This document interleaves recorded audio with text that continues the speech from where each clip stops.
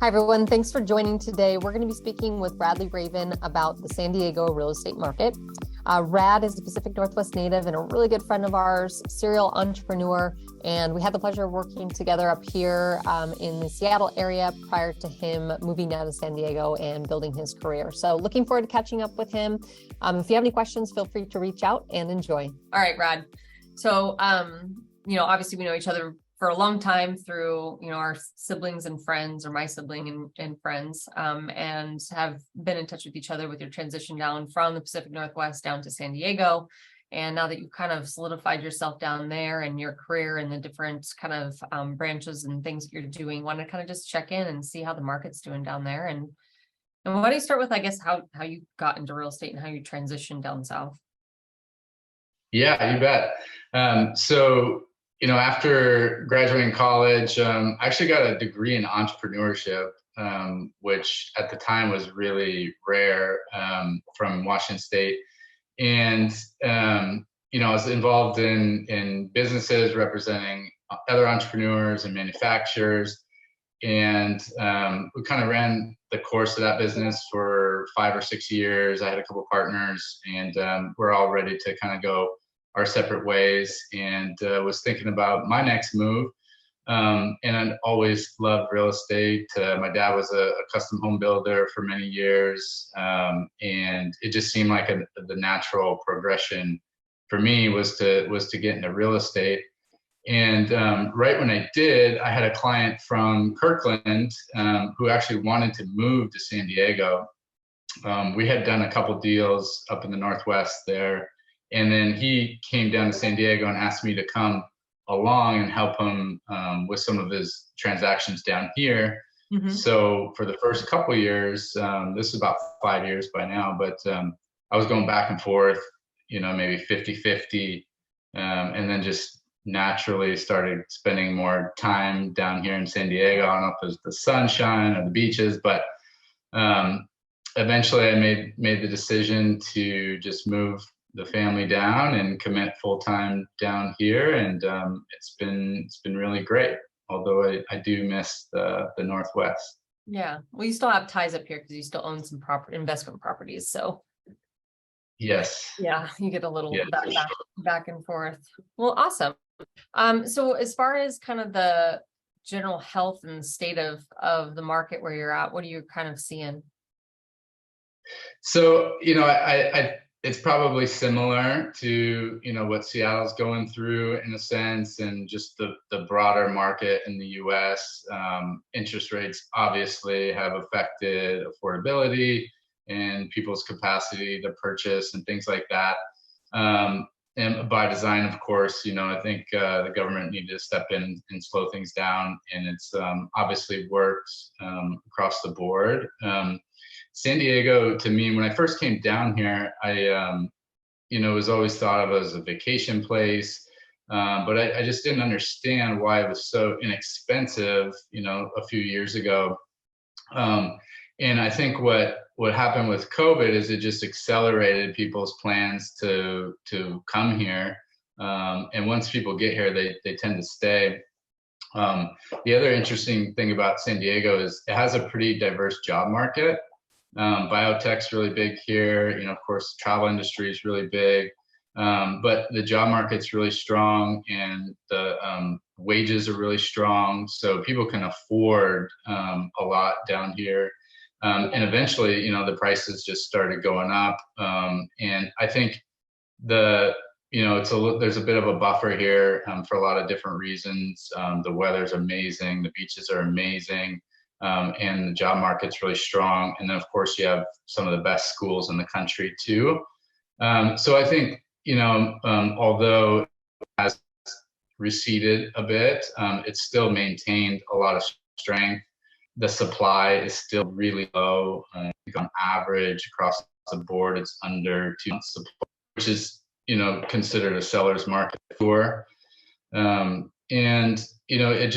It's definitely slowed down, but the area overall, I think it's performed really well over the next decade. Yep. Or do you have a kind of a lot of retirees that end up in your area, you find, or they kind of tend to go out? Yeah, there are certainly retirees here. I don't really have, a large pulse on that segment of the market, other than I've had some clients, looking at coming down here to retire. The cost of living is really high, so that can be prohibitive. But I certainly agree it's a great place to retire if you can pull it off. But I don't have a great pulse on that segment. Yep. And then as far as like the inventory numbers, I mean, we're all kind of, what I'm noticing just from talking to everyone around, the States, is that basically we're all experiencing a little flux in our inventory. In the hot neighborhoods, or the neighborhoods that are may be considered more of the higher end neighborhoods, it seems though that the inventory is still pretty tight in those areas. Is that what you're experiencing as well? Yeah, for sure. I mean, San Diego is the county's pretty large, and spread out, and there's lots of pockets, just like Seattle. And each one, is maybe more popular at the time than others. Del Mar was, when COVID hit, was like the place to go. There were some huge deals on the sand there. Rancho Santa Fe also, and they actually just entered the top 10 most expensive zip code recently. And then right now, I'd say Encinitas is probably the most popular. It's really neat. They have a cool downtown, great restaurants. It's coastal, and they've stayed really strong throughout this entire process. Yep. Are you still seeing first-time buyers out there in the market, or is it primarily secondary, or people moving up, moving down? Yeah, there are some first-time buyers, but I would say most of them seem to be maybe from a different kind. We got people from Mexico come up and buy here, and so maybe their first time in the U.S., not necessarily their first real estate purchase. Mm-hmm. What would an entry level? Sorry, I'm gonna put you on the spot here, but entry level, let's say home, nice area, maybe like a 3-bedroom. What would that, you think, start at? Yeah, so average single family right now is like 1.167, something like that. And then of course it really depends on where you're at. If you're North County, coastal, like Encinitas, for example, the average price point's like 2.1 million in that range. And that kind of seems to be the going rate for family house, maybe a little more than 3 bedrooms, like 4-bedroom, 5-bedroom kind of thing. But the average detach is like 1.2, give or take. Got it. Yep. Okay. And then do you guys have a lot of like condominium complexes, like larger multifamily projects? There are, and they're a lower price point, of course. And downtown was it wasn't like the place to be necessarily. I think it's been evolving tremendously. Little Italy is really popular down there, great restaurants and really cool scene. And I think there's been more focus down there. Padres have been great. They had a great year, so people are really excited about that. And so I think that's been more popular than it has in the past. But yeah, we certainly do have a condo scene for sure. As far as like the major industries or major companies, what do you think, who are the top? Yeah, biotech seems, that's what a lot of people would probably say. And then you have Qualcomm, who's been here for a long time. They're a staple in the area. And then the travel industry, although fragmented, but it's a segment. Yeah, gotcha. So do you guys have like influx of people that have been moving to the area recently with these companies? Yeah, and actually I'd say the largest was from the Bay Area, especially when COVID happened. All my listings, 50% of the showings were people in the Bay Area just relocating to San Diego, and taking advantage of the price difference too. San Francisco Bay Area is one of the most expensive areas in the U.S. And so we saw a big influx in that regard. It seems to have slowed since, but that was probably the largest I noticed. Gotcha. Very cool. Anything else that you kind of want to touch on just about the market in general, and maybe even looking into next year? Kind of, I know right now a lot of people are starting to kind of make forecasts of, what's going to happen in 2023, which we never know, right? It's like, yeah, right. Crystal ball, but we could kind of guess what, maybe based on the trends. I mean, here it feels like everyone's kind of in a holding pattern. We're waiting to see kind of what happens after the new year. I think we're going to see a lot of flux of inventory come on in January and February, just for the people who wanted to wait, and then we'll see another flux probably right around that April-May timeframe. So I'm assuming that's probably what is your seasons, your selling seasons? Is it all year round, or do you have kind of certain times? So this time of year is historically low. And then it starts to ramp up February, early spring, and goes up from there. So I anticipate a similar, situation. People are holding off right now. Buyers and sellers are kind of on the fence. And then, I think inventory will pick up January, February, and maybe there's some great buying opportunities at that point. And hopefully that kind of initiates some more sales and transactions. Because those are way down. Sales volume is, down like 50% or something like that. Same here. The numbers again are pretty much across the board in all markets, Phoenix, Florida. It's all pretty much the same in terms of our inventory influx and then the sales flux. But what's interesting is we're still seeing the appreciation numbers year over year. Yeah, for sure. And that's what's on my mind is what's going to change the supply. Is there going to be an influx? And that's really the only thing in my mind that's going to affect price.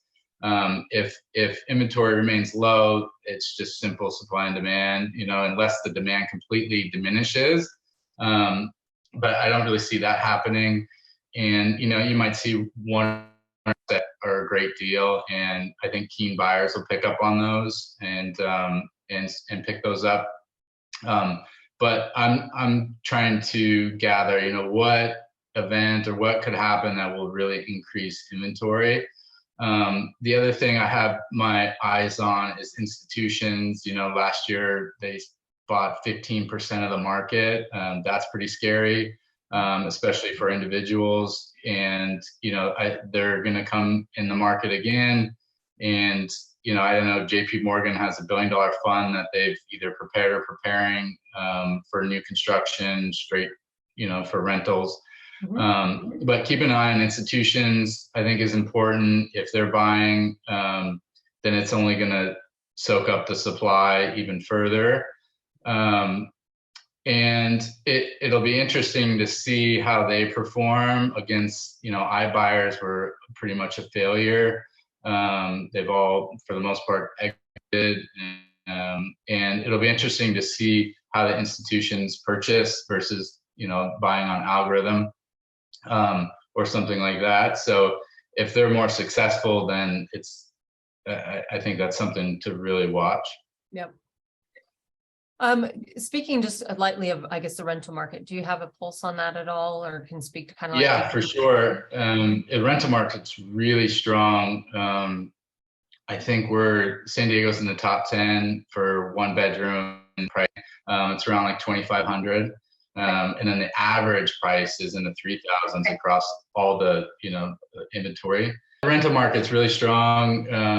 And it's cooled off a little bit, but it's remained really strong. And again, little supply, lots of competition. Yep. I think up here, we're experiencing the same thing. We have, the rental market in general sees a lot more kind of the ups or highs and lows. Every month is literally different. And we did see kind of a little bit of an oversupply of single family homes, which was a result, I think, from owners versus selling. They have equity in their homes, and so they just as soon keep that versus, selling at a lower price point as prices come down just a little bit maybe, or stabilize. And so they'll turn to renting. And so we saw kind of like a little bit of an influx of our single family rentals come on the market. So actually, I think our numbers for rental increases was about 1% year over year. That was last month's number. So we, yeah, a little stagnant, or not as high as our increases in the former years. But I do kind of feel like we're definitely in the downtown core here seeing more inventory on the rental side too. So just kind of being in tune. It's always important for us, as agents, to be in tune with the rental market and also the sales market, because they work hand in hand with each other. Buyers ultimately go, and renters will gravitate to the thing that's the most economical in the moment. And so you kind of have to paint the future picture for renters, to get into the market. And even though it's cheaper now, to rent, you kind of have to look into the future. So that's, I guess, been our messaging really to a lot of our people, our renters that are in our pool here, is like, I know that it might be more economical now to rent, but we got to kind of look to the future and build your wealth that way too. So, how are you guys navigating interest rates? Are you seeing like the 2-1 buy downs and a lot of lenders kind of getting creative down there? Yeah, for sure.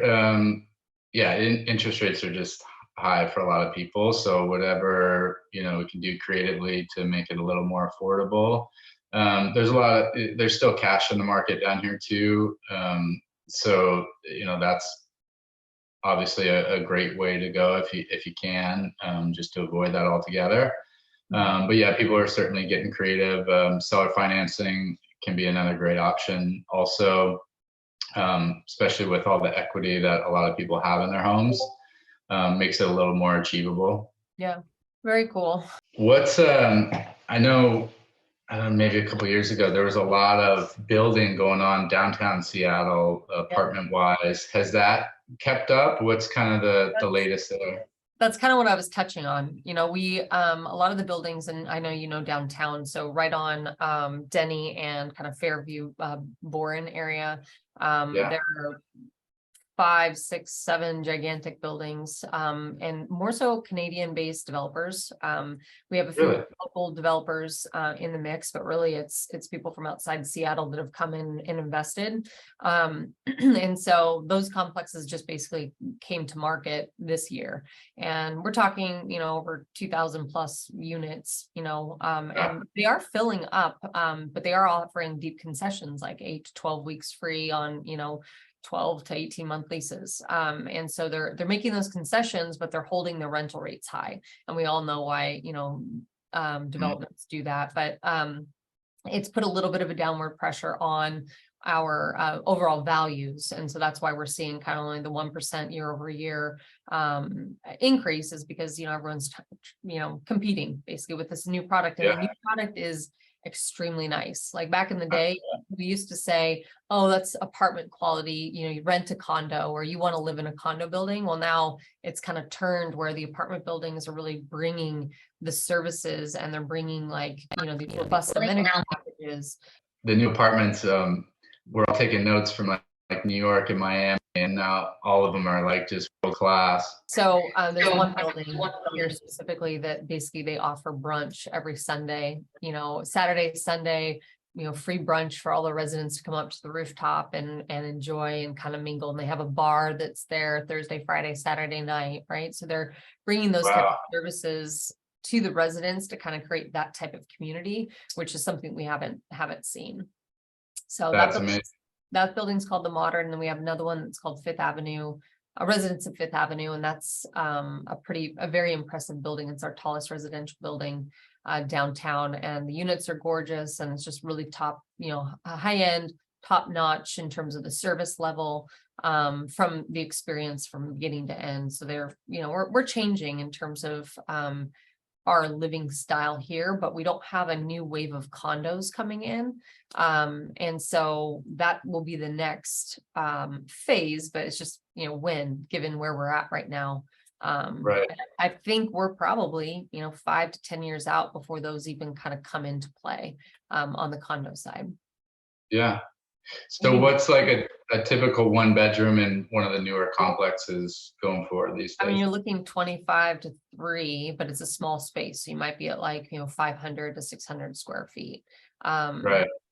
When you start getting up into the views and the nicer buildings, you could be definitely upwards of 35 to 4,500.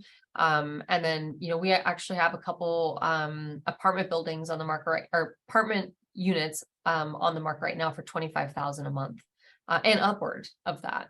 So, Wow. I know we've had a couple leased within our group that a little less than that, the 20,000 and below range, but they do get leased. They just stay on the market for a little bit longer, right? Got to find Sure. that right person. So, yeah, it's kind of been interesting to see our markets, both the sales and rental for the urban living condo apartment style transition over the last 10 years. Yeah. Have you seen anyone testing or trying like the micro units? Yes, we had a lot of that. There was a wave in 2000, let's say 8, 7 and 8. There was one project in particular that got flipped into an apartment building right around that time, right? Because Yeah. recessionary stuff. So that never fully came on. There was another building that has backtracked and was trying to come out of the ground in micro units. But I think now they're kind of redoing everything because they, I think COVID put space on everyone's mind. So people Yes. rather pay for space or have the space versus cramming themselves into a small living situation. So yeah, we're not seeing too much of that, although the new floor plans of the Canadian-based developers are quite a bit smaller than what our resale inventory is. So Yeah. looking at the new construction stuff, like, a one bedroom that is, it could be 600 square feet on average in a building. And 2 bedrooms might be on average like 1,000 to 1,200 square feet. Normal, whereas the older inventory, you're definitely looking at that 700 and 800 square foot for one bedroom, or 1,200 to 1,500 square feet for 2 bedrooms. Yeah. Yeah, it's quite a difference. One thing that's been on my mind since, this huge rise in appreciation and everything was right before COVID happened in San Diego, at least, like the least expensive, best value properties were the largest, biggest square footage, acreage, or big lot sizes. Those were, nobody wanted to touch them. And then overnight, they became the most popular. So what is that property now like in the market? Is there a property that people don't really want or need at the moment that has a lot of upside? And maybe that's a great way as a buyer to think, or especially if you're an investor, what is that property currently? Is there one at the moment? But just something I think to keep in mind, as the market, moves forward. Yeah, and I guess another property was multifamily, right? Commercial and multifamily during that time period too took such a hit, and no one really wanted to touch it. And now everything's on the upswing as well. Right. Right. But that is interesting. Do you think the larger properties you said before COVID was it price point, or it was just because it was maintenance and just like older? Yeah. Yep. And lots of people were downsizing at the moment. There were kids had moved on to college. They were thinking about retiring, and everybody wanted to downsize. And then all of a sudden it was like a complete reversal in those, and still like people want yard and space. It's just really interesting how that played out. So you thinking there could be a play then on the micro home style, just because they've been kind of neglected, and as people feed back into spaces, or I guess try to cut their costs or become more, because they are economical. It's a luxury to have space, right? For sure. I think it's something to watch, absolutely, especially as things get more expensive and less affordable. If I were to guess or pick, I'd say that would be my pick right now, I think. Interesting. Ari, as far as let's say, I know this is kind of a different industry-ish, but remodels and new construction and just overall like the general contracting side of things, working with contractors, are you seeing where you're at, is there a great supply, or is it really hard to get contractors out to properties and get jobs done? Yeah, I think it's still pretty difficult. And anything that's, been renovated or new construction and priced appropriately sells pretty quickly. In terms of like the general workers themselves, though, like the workforce and actually having the resources to, let's say, remodel, if you have a client who's looking to do a flip, or if they're, just looking at buying it something that's older and remodeling it quickly, is that something that's accessible in your market? And notice, I think it's always a challenge to like find the right person for that, or contractor or company. And they always have a challenge.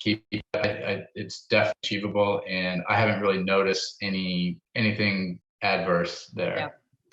Yeah. Seattle is a hard market working for those things. Just people are booked out so long, so that's Right.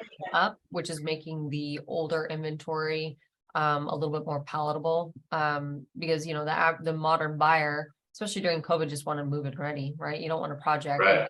an agenda. So now that the home services industry maybe is loosening up just a little bit, that is those properties are becoming, I guess, more appealing, or more approachable, or more conceivable, I guess, for the buyers that are out there. Yeah, for sure. Yeah.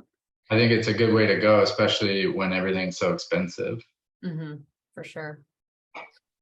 Cool. All right. Well, I think that unless you have anything else to kind of share tidbits, that was really great to kind of touch base and get the general overview. We'll for sure post your information, so anyone out there that's looking to kind of purchase or has questions about the market or sell, they know who to talk to. Yeah, I appreciate that. I'm happy to help, and I love doing this. So let's make it a habit.